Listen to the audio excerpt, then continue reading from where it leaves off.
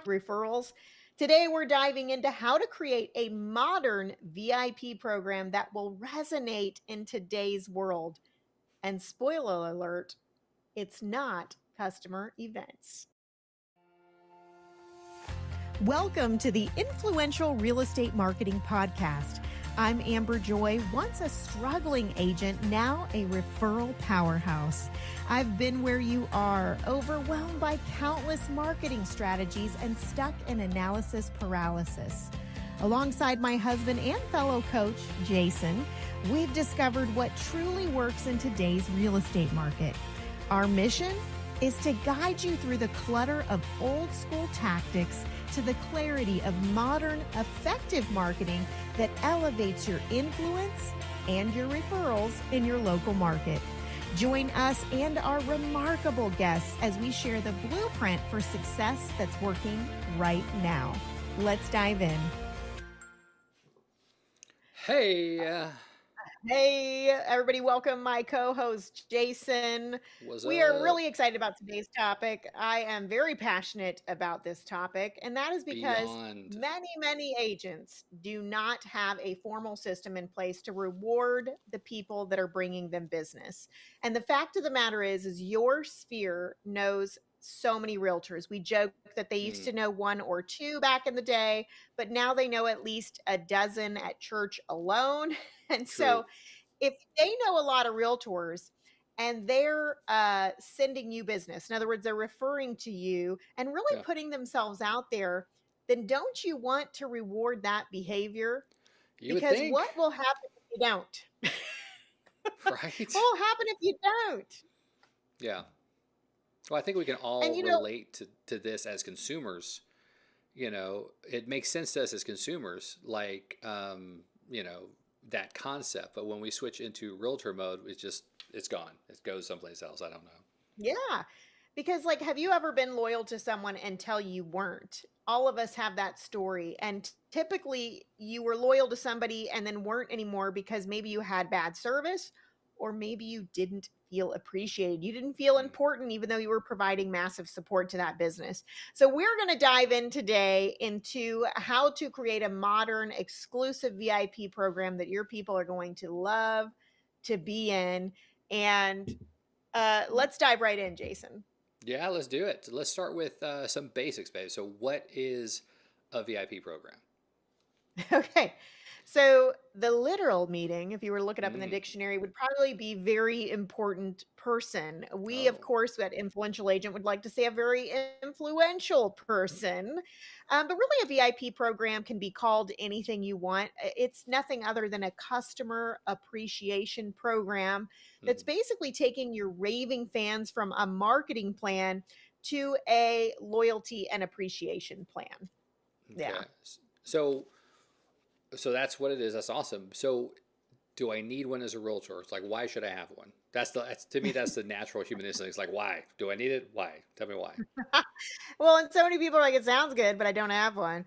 Right. And yet they want referrals, but they don't have one. So um, there is a book by Ken Blanchard. It's called Raving Fan. And he says that one raving fan is worth more than 100 satisfied customers. Ooh. And you think about it, agents are just constantly trying to get new leads and get referrals.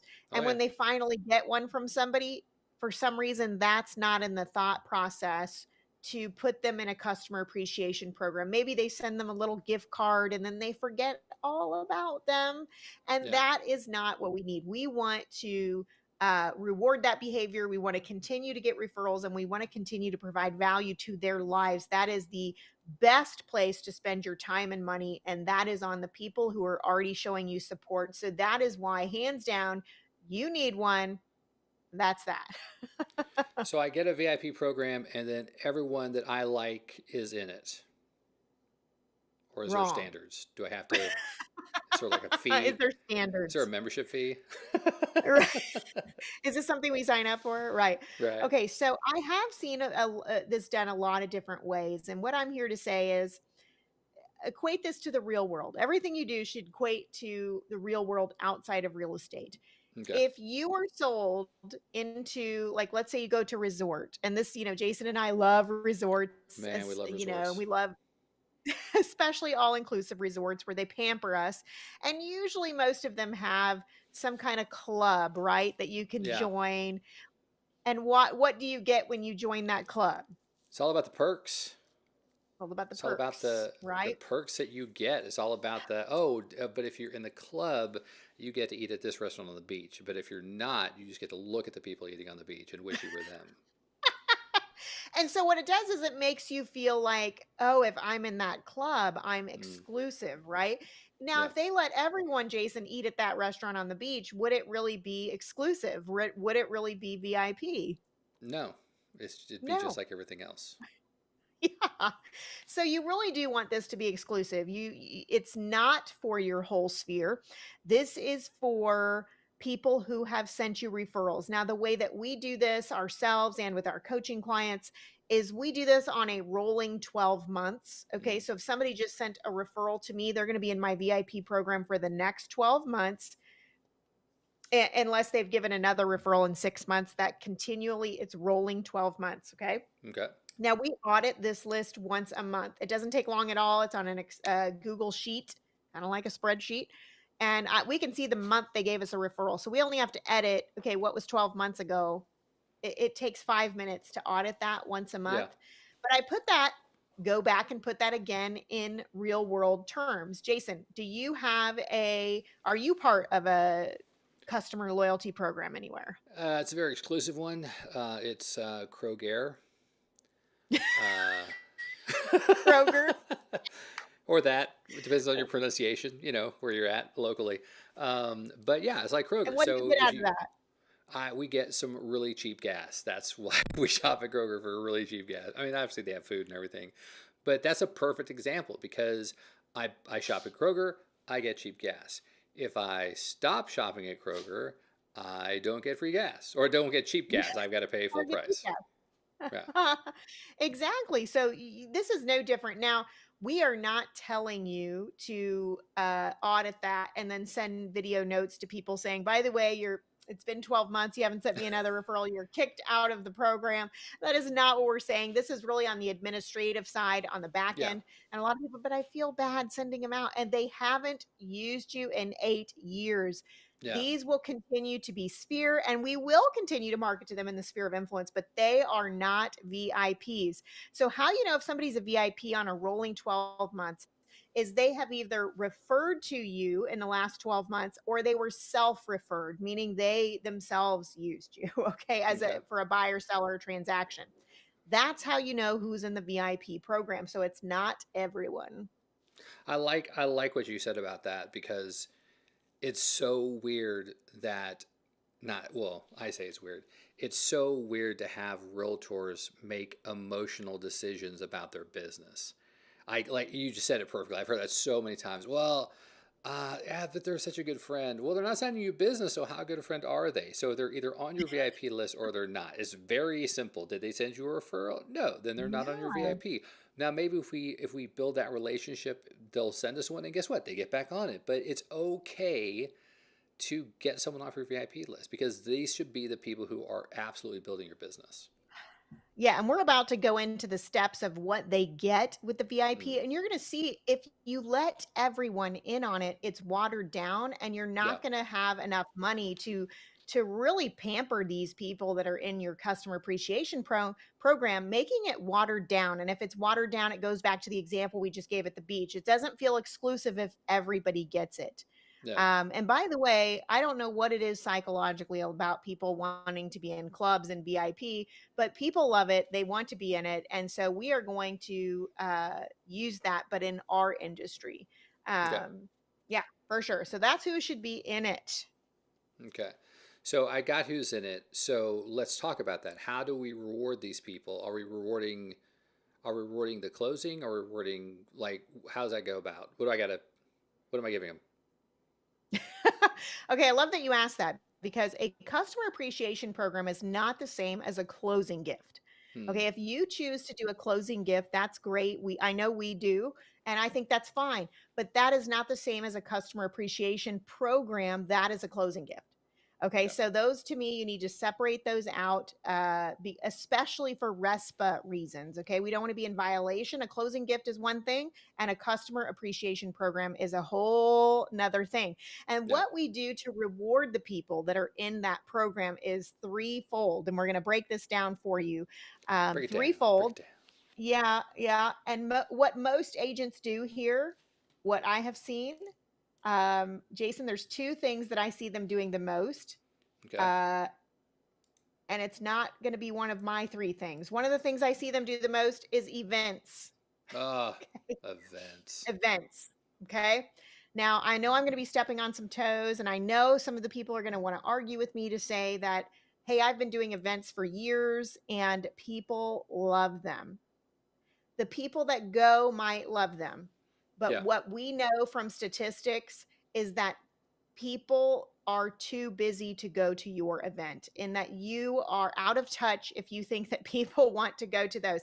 We just talked to I had we had a big speaking engagement today, and Yeah. somebody came up to me afterwards and they're like, we didn't want to admit that that was true, but it is, because they spent a ton of time and money on events like going to the theater and renting out a theater, excuse me, for their VIPs, and Right. having a photo shoot with Santa. And what happened is they work really hard and spend a lot of money for those events. 30 people RSVP'd, okay, and only 6 showed up. Wow. That's going to be common, you guys. And then the theater event that they held had a lot of people there because they were allowed to bring their kids, but Hmm. he said he didn't get to connect with people. And then they left the theater going, "Thanks, that was awesome," and then just left. And there's no real connecting happening, and it's not something that's going to last past that day. Well, So you know what? event is not where it's at. Can I say something about that?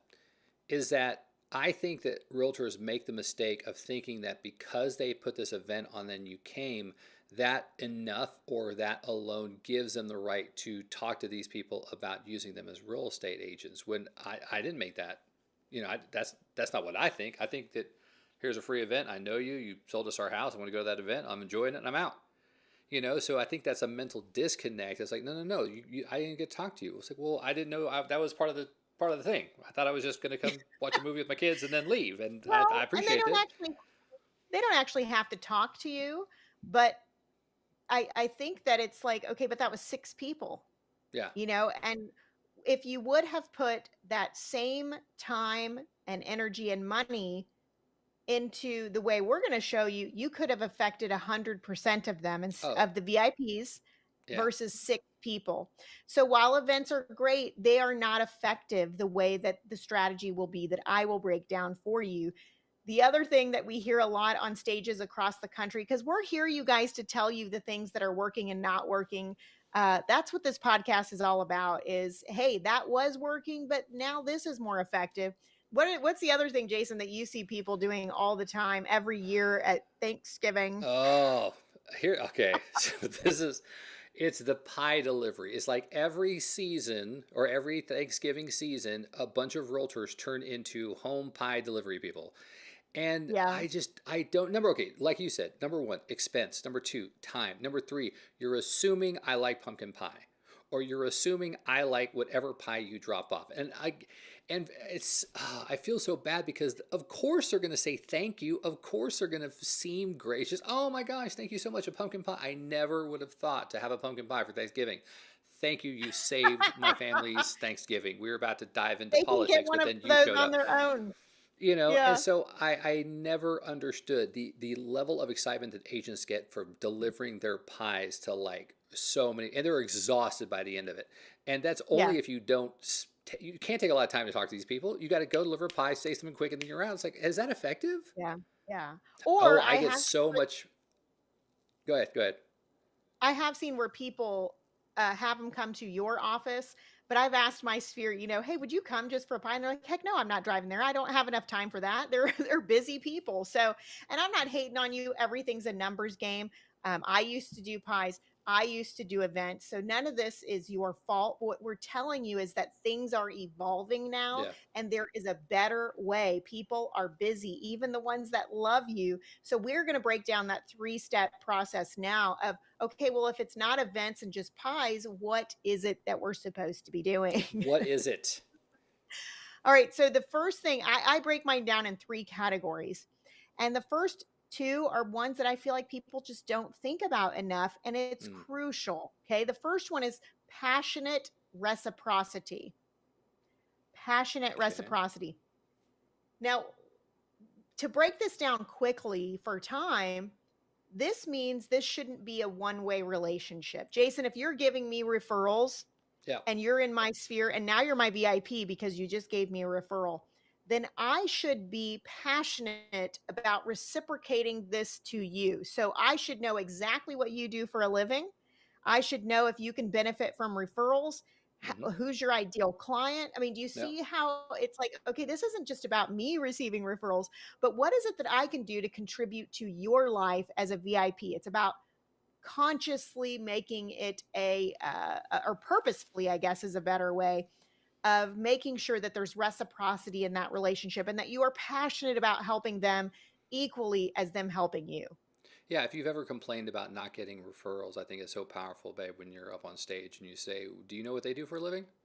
Could they get referrals?" And there's this silence that Have falls you ever across the given crowd. them a Have you referral? ever Yeah. given them a referral? I was like, whoa, convicted. Yeah.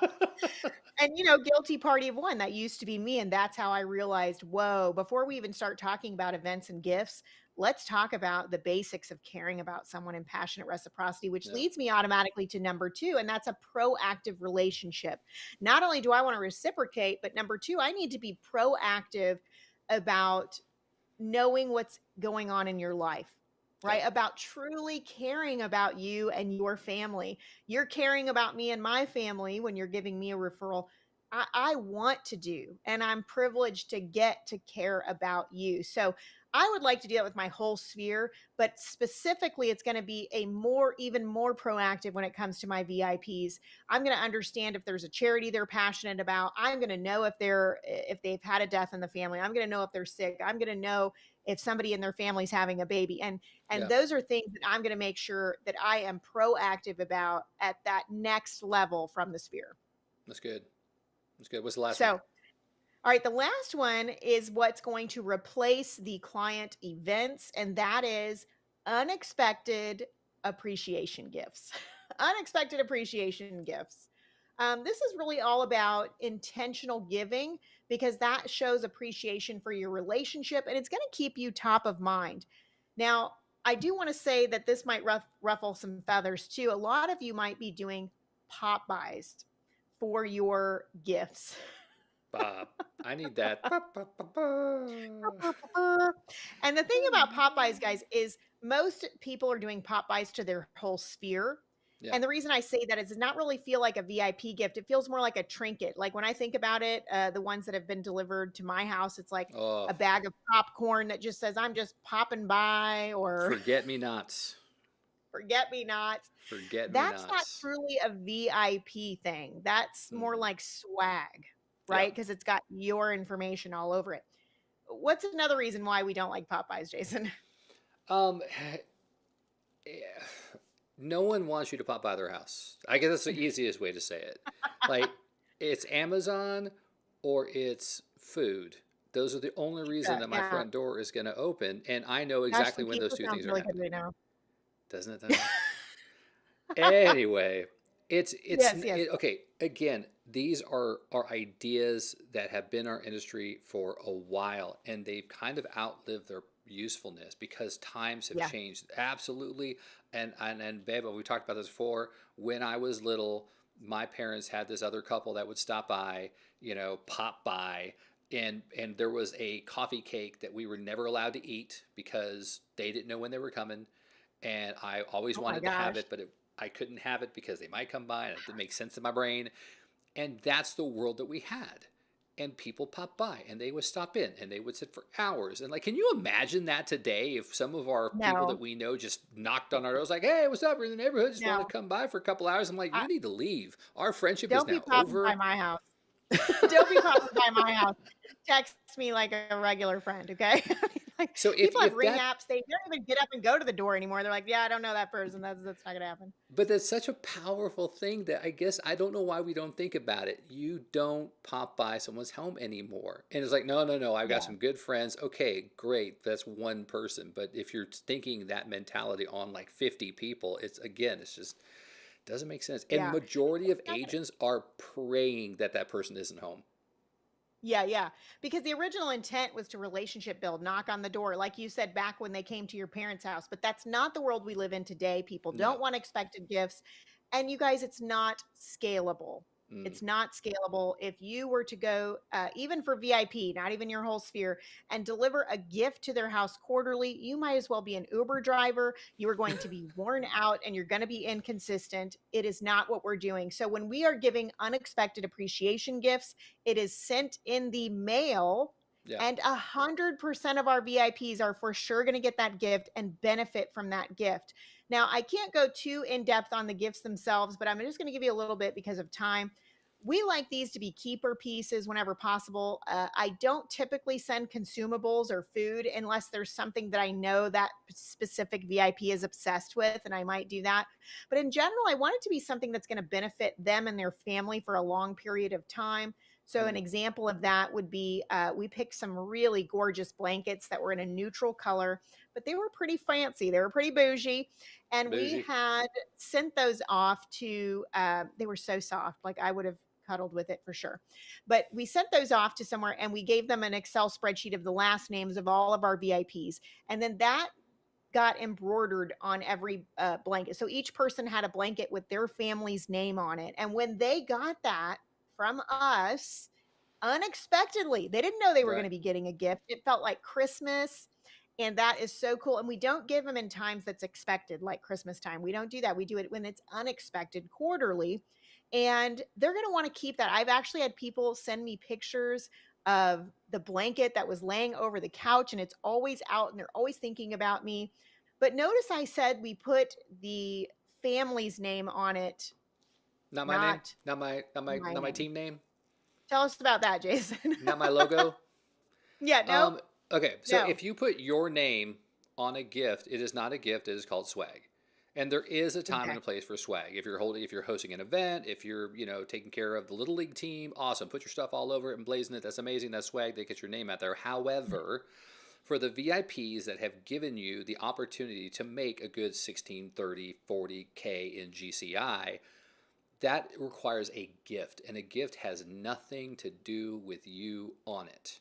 So Yeah. let's talk about Cutco knives. Cutco knives is the ultimate gift that you to get someone. Okay, that's fine, get them, but don't put your name on it. Put their name on Put it. your name on there. Put their family name on there. Exactly. Absolutely. Make it all about them. It should feel exclusive and it should feel special. And hopefully it feels like a keeper piece. And you guys, this can be leveraged to somebody else. That's what I love. So Yeah. you get the benefit of sending it. 100% of your sphere gets it, whereas events, not 100% of the people can go. For the same amount or less money, 100% of your VIPs can benefit from this gift. It's just like when you get an unexpected handwritten note or gift, how do you feel? Awesome, Yeah. right?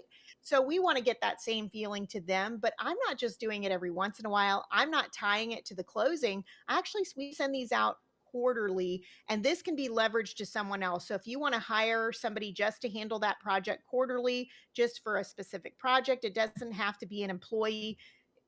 It could be somebody that you just hire for the project alone because Mm. you can get the credit for it and somebody else can do the work, right? They don't know that you didn't package that sucker up. They don't Right. know. Okay. Okay, so just to recap the three things that we do to reward our VIPs is number one, passionate reciprocity. How can we help them in Passionate. their lives? Number Yeah. two, a proactive relationship, just next level relationships. And number three, quarterly unexpected appreciation gifts, constantly being top of mind. You will, a lot of times, you won't have to audit them off the list because they didn't just get one gift. They're constantly being thought of by you. They can see that you're trying to help them, not just the gifts. And they're going to want to continually send you referrals. And it's going to blow your mind how well this works. That's so Um, good. all right, that's the three things. Can you talk about cost, because you've been saying a lot of stuff like gifts and they should be nice gifts, and now I'm starting to stress out because I'm trying to pay bills and I got to get people gifts. So what's the Right. like the cost that has to do that goes along with stuff like this? Okay, I would say if you're just starting a VIP program, the best thing I can suggest is that out of each closing, take out 2 to 5% of that closing and put it in a separate business account for VIP gifts for the Okay. VIP program. And if you're like, that's a lot of money, okay, 2 to 5%. Let's say that it's $250 to $500, depending on the kind of closing you have. If Yeah. you wouldn't have got that referral, you wouldn't have had that $12,000 commission. But you're telling me you can't set aside 250 of that for a customer Oh, appreciation program? oh, I, harsh. that doesn't make any sense to me. Now, what does make sense is you may have to build up the money over time because you Yeah. haven't been doing that in the past. That's okay. It's okay to start somewhere. Your first year, you might have to only send one appreciation gift and work your way up to quarterly because you don't have that fund going yet. Yeah. Most of our gifts are around $50 a quarter. It depends, though, how many referrals they've sent us and what tier they're on. But you can start somewhere in a separate bank account. Yeah, that's my suggestion on cost. And Jason, we've seen people spend $3,000 like nothing on a Oh, magazine ad that people magazine, may or may not see. billboard, postcards, all this stuff that's like I hope it works because I don't really know. Or take that money and put it on your VIPs because that's money well spent. 100%. Exactly. You're gonna amplify that money times 100 more in that VIP program. All Can you right, we're talk a winding little this bit? up. This is I was gonna say, can you talk a little about like compliance issues? Have we gone over that? Did I miss that part? Yeah, we're winding this down to the most exciting part, and this will be quick, is compliance. You guys, Yeah. some of you might be listening to this and saying, wait a minute, doesn't that violate RESPA, Amber? Hmm. Gonna get us in trouble?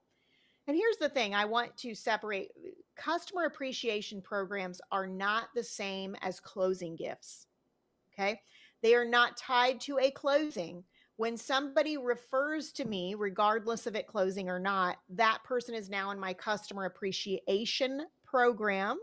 And what I do in that customer appreciation program is not tied to an exact closing.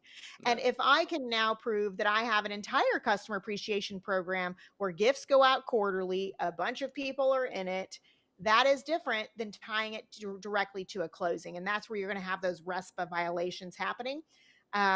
But I will say you should not advertise that you are giving gifts to your Hmm. VIP program, Yeah. because then it does sound like a bribe. Then it does kind of sound like that quid quo pro, right? Like, if you give me referrals, I'll put you in my VIP and then my VIPs get gifts. No, you cannot do that.